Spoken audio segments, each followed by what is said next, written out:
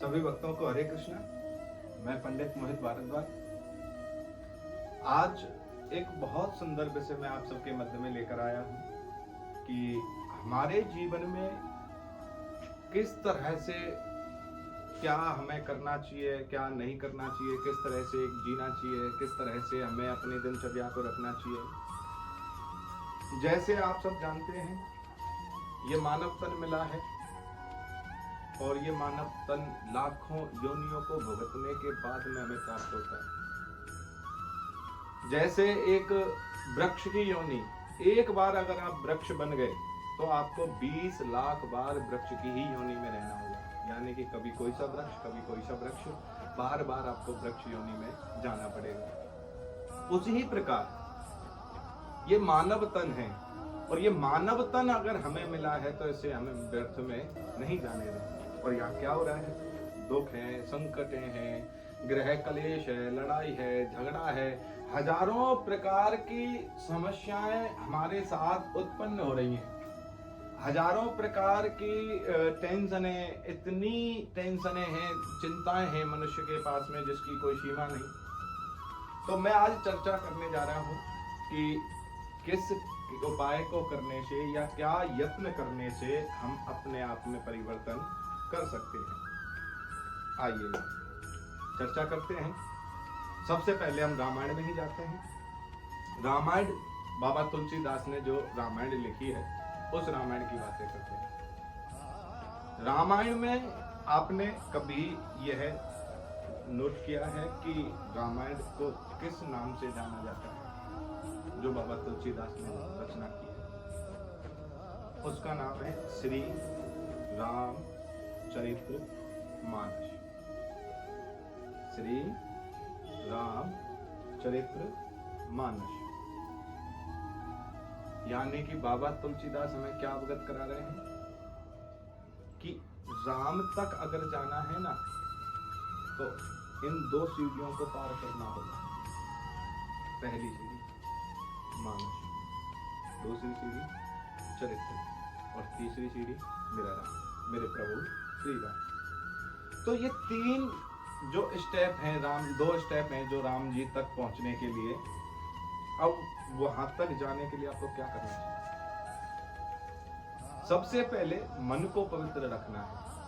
हमारी उम्र जैसे जैसे बढ़ती है हमारे मन में, हमारे हृदय में लोभ, क्रोध, मोह, माया, मद, मत्सर, ये 6 प्रकार की चीजें उत्पन्न होना शुरू हो जाती हैं।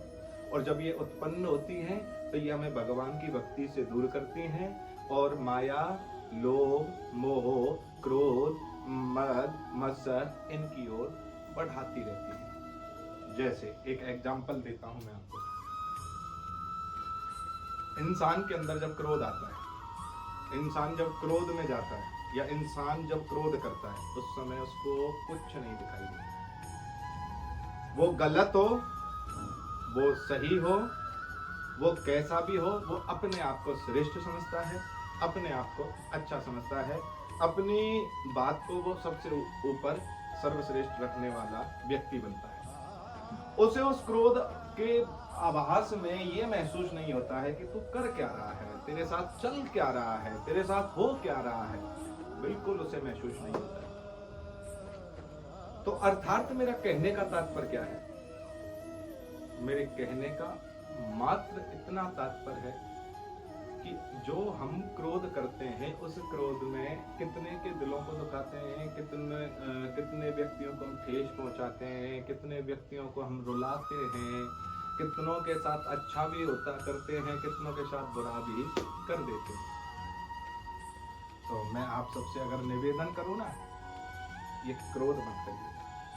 ये क्रोध हानिकारक है। ये क्रोध ही तुम्हें सबसे दूर कराने का कारण है। ये क्रोध ही अपनों से पराय बना देने का कारण है। तो मन को पवित्र रखना, ना छल रखना, ना कपट रखना, क्योंकि बाबा तुलसीदास ने स्पष्ट कहा है और मेरे प्रभु ने भी स्पष्ट कहा है कि निर्मल मन जन सोए मोहे पावा, मोहे कपट छल छिद्र न भावा। कि परमात्मा को निर्मल मन चाहिए, उनको कोई कपट और छल नहीं चाहिए।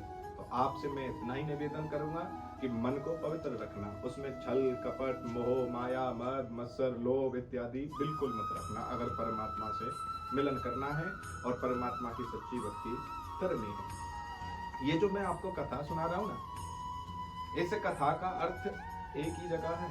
जो लोग मुझसे पूछते हैं गुरुदेव हम इतनी पूजा पाठ करते हैं पर हमारा मन नहीं लगता है, हम भजन में बैठते हैं तो नींद आना शुरू होती है, हम भजन करते हैं तो आलस्य आता है या मन ही नहीं करता है जोत लगाने का पूजा करने का, ये उनके लिए। दूसरा चरित्र, चरित्र अच्छा, आपका चरित्र इतना पवित्र हो। और तीसरा मेरा राम, अगर ये दो सीढ़ी आप चढ़ेंगे तब मेरा राम मिलेगा। अब प्रश्न आता है एक, मानस, मानस माने विद्वान लोग कहते हैं मनुष्य, मानस माने मन भी होता है और मनुष्य भी होता है। तो यहाँ पर बाबा जो बताना चाह रहे हैं वो मन को बताना चाह रहे हैं। और विद्वानों ने कहा कि यहाँ पर राम जी के चरित्र, राम चरित्र मानस। अब आप सोच कर देखो, राम का चरित्र मनुष्य नहीं, राम बाबा कह रहे हैं राम चरित्र मानस, यानी कि मन से लिखित की गई ये ग्रंथ, यही रामचरित्र है। तो आप परमात्मा को पाने के लिए मन और चित्र रूपी दो सीढ़ियों को प्रवेश करेंगे, आगे बढ़ेंगे, तब मेरा राम मिलेगा। प्रेम से बोलिएगा मेरे साथ, हर हर महादेव शंभो।